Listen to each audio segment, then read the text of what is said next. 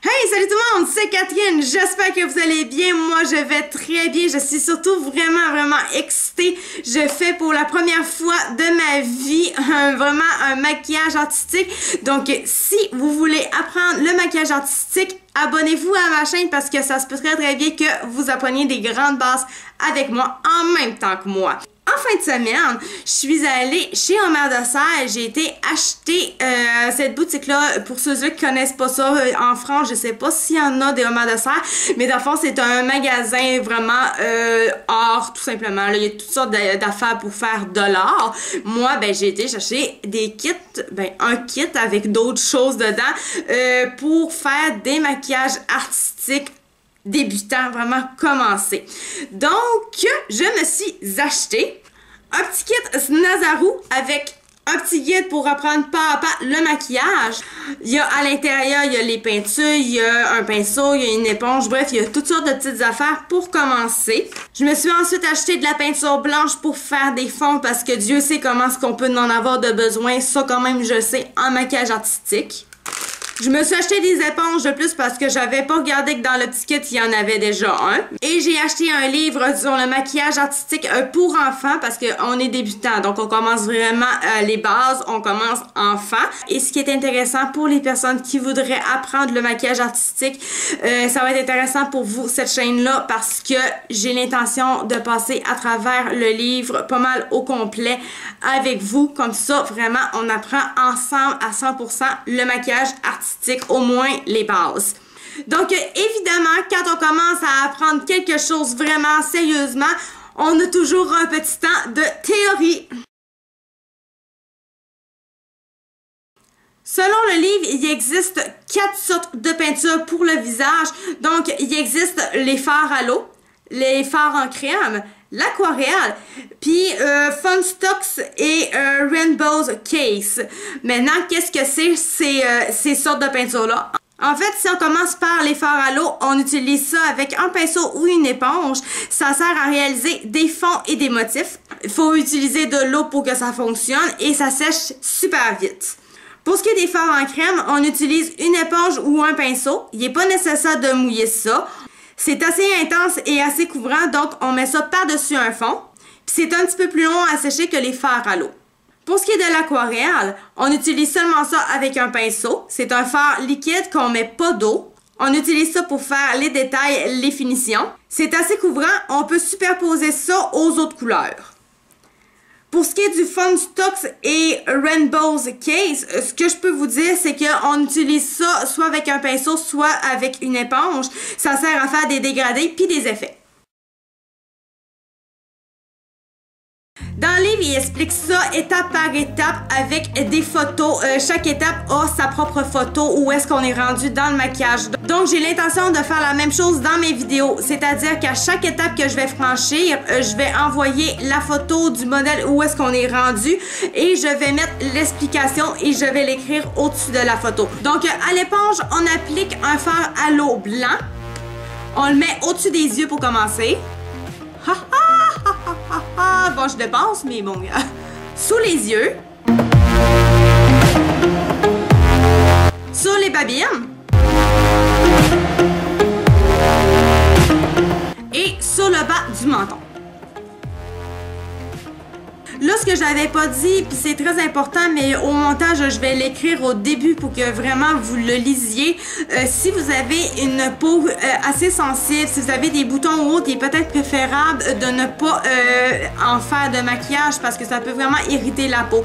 C'est ça que ça disait dans le livre. Donc, je le dis maintenant, mais ça va être écrit au début. Fait que si vous ne l'avez pas lu au début, ben là, vous allez savoir direct là. Bon, commençons. Si je me fie à l'image, c'est... Oh mon Dieu, ok. C'est... Ça donne... Oh mon Dieu!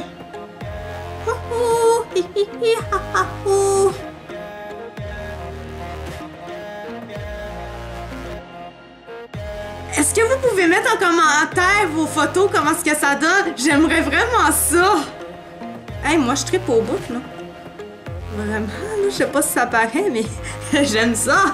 C'est donc bien cool. Ok, là, ce que je vois, par exemple, faut vraiment que je le fasse en dégradé, là, par exemple. T'as peu, là. Là, c'est du dégradé, pas à peu près, là.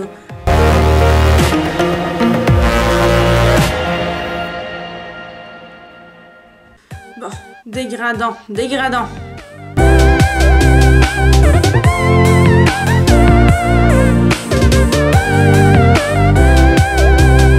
Là, je sais, je vous regarde pas pantoute parce que là, faut vraiment que je me concentre à regarder ce que je fais dans mon miroir.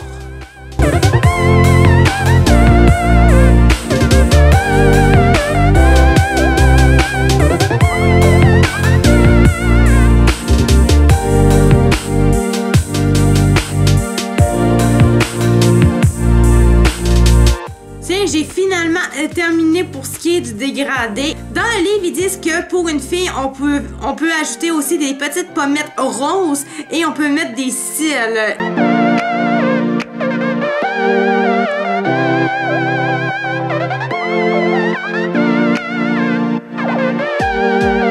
Je me sens plus comme un clown en ce moment, mais en tout cas. La troisième étape, comme je peux voir, il y a quand même plusieurs choses à faire. Fait que je vais vraiment y aller phrase par phrase, point par point. Je vais commencer là, ils disent, avec un pinceau, je prends un fard à l'eau blanc et je reprends le contour de mes babines. Donc, je vais commencer par ça.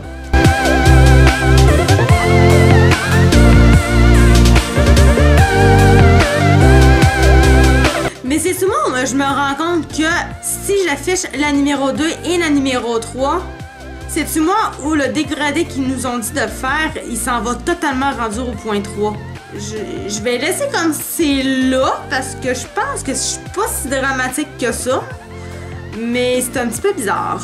Donc là, une fois que tout ça c'est fait, il faut que je réalise des poils. Fait que je vais essayer de faire des poils.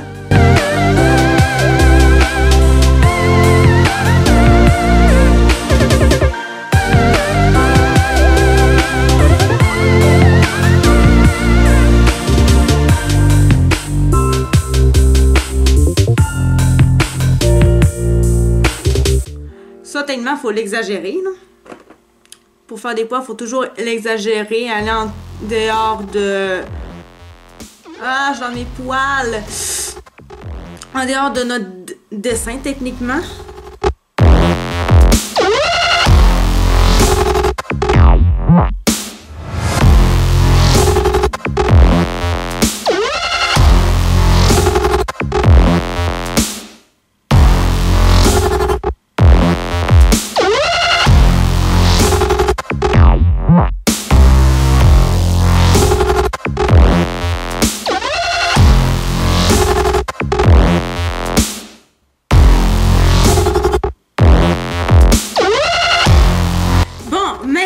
Que j'ai terminé ça, c'est quand même pas si pire pour une première fois.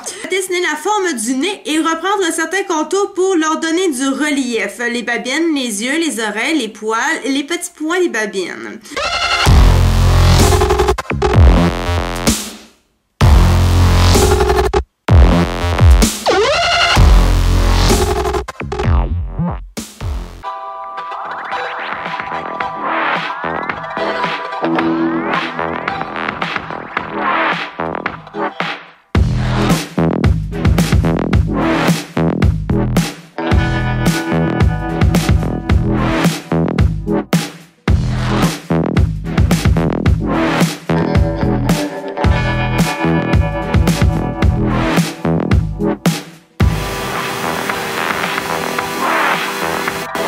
Je me suis vraiment fait des grosses lèvres, mais c'est pas tout ce qu'il faut que je fasse, fait que je vais le refaire.